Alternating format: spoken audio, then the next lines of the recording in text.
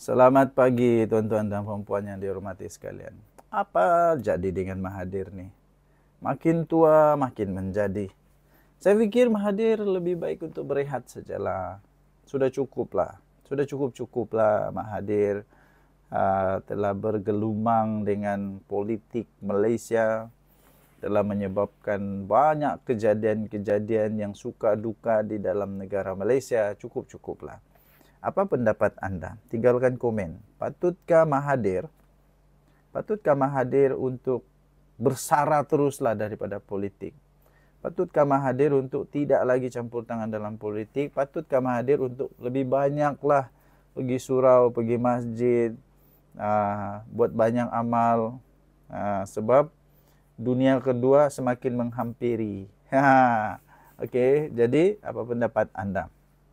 Ini Tun Mahathir ini, aduh pelik. Saya ingin dedahkan satu lagi bahagian yang mungkin akan membuatkan Mahathir lebih terkejut. Tapi sebelum itu, ini rahsia kesihatan. Rahsia kesihatan daripada Transfer Factor, daripada For Life Research Malaysia sendiri Berhad. Okay, ini adalah research company, the immune system company, syarikat saintis, okay, mengeluarkan Transfer Factor. Ini adalah immune system molekul terkuat di dunia dengan 437% penambahan kekuatan kali ganda. Hebat. Okey, so dia fungsi dia adalah untuk menguatkan imun badan, mengajar, melawan dan mendidik, menenangkan imun badan bila tak ada penyakit. Jadi ini sangat bagus, berbeza daripada apapun yang di luar sana kerana dia bukan sahaja immune system booster, tapi dia adalah imun molekul yang mengajar badan untuk sihat, okey, melawan penyakit. Bagi anda yang sedang berikhtiar, jangan lupa telefon atau WhatsApp saya. Jangan SMS saya. WhatsApp, telefon saya akan jelaskan satu persatu tentang Transfer Factor, okey. So, tuan-tuan dan puan-puan yang dihormati sekalian, ini bukan soal gembira Tun, tapi untuk selamatkan periuk nasi rakyat. Tengku Zafrul dedah. Ini best ini. Menteri Pelaburan, Perdagangan dan Industri, Tengku Datuk Seri Zafrul Abdul Aziz menegaskan dakwaan bekas Perdana Menteri Tun Dr. Mahathir Mohamad berhubung perjanjian perdagangan Malaysia dengan Amerika Syarikat adalah tidak tepat dan mengelirukan. Menurutnya, tuduhan bahawa kerajaan gembira dengan perjanjian itu adalah tidak benar sama sekali. Kerana keputusan yang dibuat adalah langkah pengurusan krisis bertanggungjawab untuk melindungi kepentingan negara. Ini bukan soal gembira Tun, tetapi soal tanggungjawab menyelamatkan periuk nasi dan mata pencarian rakyat Malaysia. Rundingan dilakukan untuk mengelak tarif Amerika Syarikat sebanyak 25% itu yang mengancam lebih daripada 198 bilion nilai ekspor dan 100,000 pekerjaan khususnya dalam sektor elektrik dan elektronik. Kita berjaya mendapatkan kadar 19% yang sama seperti negara ASEAN yang lain, sekaligus mengutamakan kepentingan nasional dan kestabilan ekonomi, katanya menerusi Facebook pada Khamis. Mengulas dakwaan daripada Dr. Mahathir, kononnya Malaysia memasukkan 100% cukai ke atas 11,000 produk Amerika Syarikat. Tengku Zafrul menjelaskan ia adalah tidak benar sama sekali. Sudahlah Mahathir, dah tua. Fakta sebenarnya ialah hanya 60.4% baris tarif kita kini dikenakan duty sifar, bukannya 100% seperti yang dinyatakan. Perbezaan 60% dan 100% itu amat besar. Realitinya langkah ini bukan soal memberi hasil cukai, tapi mempertahankan nilai ekspor pekerjaan dan mengelak kesan limpahan negatif kepada ekonomi, pasaran kewangan serta modal, katanya. Beliau turut menolak berdakwaan kononnya Malaysia telah bersetuju membekalkan nadir bumi kepada Amerika Syarikat atau mana-mana negara secara eksklusif. Dia kata ini satu dakwaan yang tidak benar. Tiada sebenarnya perjanjian, sama ada secara lisan atau bertulis, untuk membekalkan nadir bumi kepada Amerika Serikat atau mana-mana negara secara eksklusif. Tidak ada. Kenapa Malaysia begitu bodoh menerima hanya 5% daripada nilai sebenar, sedangkan kita boleh dapat banyak kali ganda?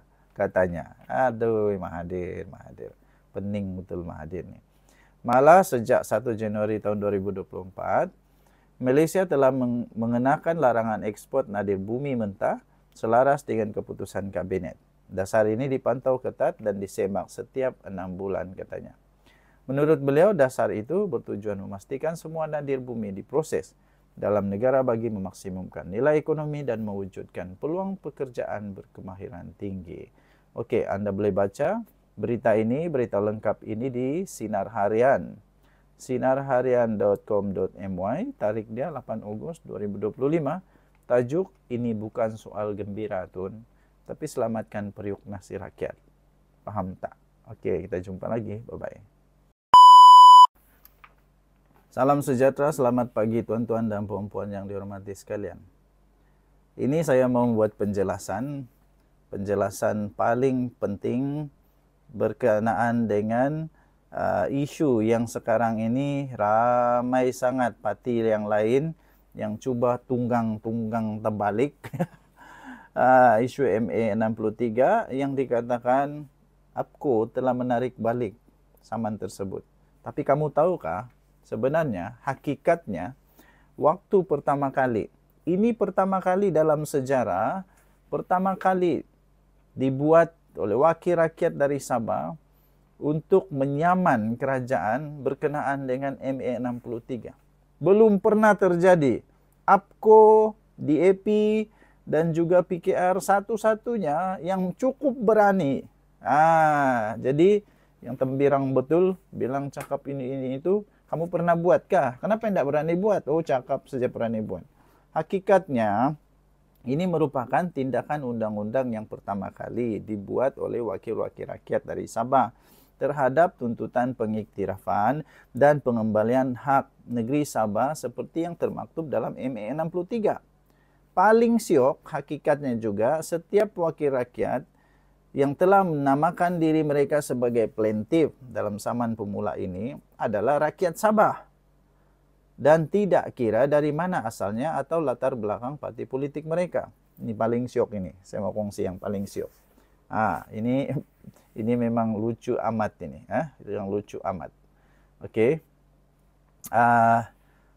Yang paling lucu, kamu tahukah? Waktu ini saman difailkan, perlu ditekankan bahawa wakil-wakil rakyat daripada APCO, DAP dan PKR pada waktu itu adalah pihak pembangkang, bukan kerajaan. Jadi kerajaan waktu itu dia buat apa? Ini saya kongsi. Pada waktu tersebut, PKR, DAP dan APCO adalah dari pihak pembangkang. Pihak pembangkang dalam kerajaan persekutuan maupun dalam kerajaan negeri Sabah. Dan kerajaan persekutuan dan kerajaan negeri Sabah pada waktu tersebut, siapa kerajaan waktu itu?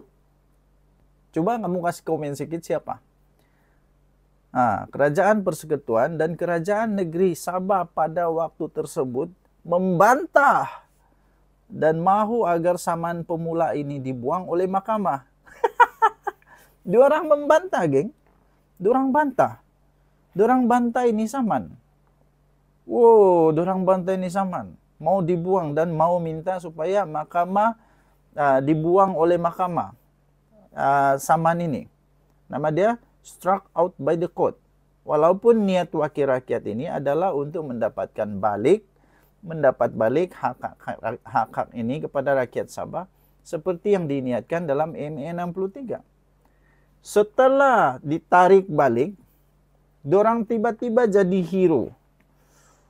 Tiba-tiba jadi hero, kenapa tarik balik? Tapi sebelum itu, waktu difailkan ini saman, siapa yang bantah? Kerajaan pada ketika itu. Kerajaan pada ketika itu membantah. Kerajaan persekutuan dan kerajaan negeri Sabah pada waktu itu sendiri yang membantah. Coba kamu komen sikit, siapa ketua menteri waktu itu? Kerajaan apa pada waktu itu? Pada waktu bila? Mari, pada tahun 2022. 3 Jun 2022. Pada 3 Jun tahun 2022. Siapa kerajaan waktu itu? Siapa ketua menteri waktu itu? Ewah. Kau mungkin sudah lupa agaknya. Sudah lupa mungkin. Sudah lupa mungkin bahwa kerajaan kamu waktu itu membantah. Tapi bila ditarik balik, seolah-olah kamu jadi hero betul. Lepas itu bukan main lagi menyalahkan APKO, kononnya APKO jadi tunggangan, kononnya APKO jadi alat permainan. Hei. Waktu itu bukan main lagi. Kenapa kamu tidak kasih samaan? Itu kerajaan persekutuan supaya dapat balik hak Sabah. Kenapa tidak berani waktu itu? Kenapa sekarang tiba-tiba jadi hero? Sudahlah tuan-tuan dan puan-puan. Pikirkan mana yang betul, mana yang tidak. Pikirkanlah mana yang betul, mana yang tidak. Yang memperjuangkan atau yang tiba-tiba sahaja trip jadi hero. Kalau saya mau ikut yang betul-betul lah kan. Bukan yang tiba-tiba saja perasaan jadi hero. Bikin malu itu. Oke. Kita doakan semoga pilihan raya negeri Sabah yang tidak lama lagi ini akan menjadi satu medan untuk mengubah negara Sabah. Mengubah negeri Sabah menjadi negeri yang lebih makmur. Oke? Tinggalkan komen kamu. Siapa waktu itu? Ini saja saya minta komen. Siapa waktu itu kerajaan? Kerajaan pada tahun 2022. 3 Jun 2022 siapa? Ketua menteri dia siapa? Menteri dia siapa? Coba kamu komen. Siapa ini? Kita jumpa lagi. Bye-bye.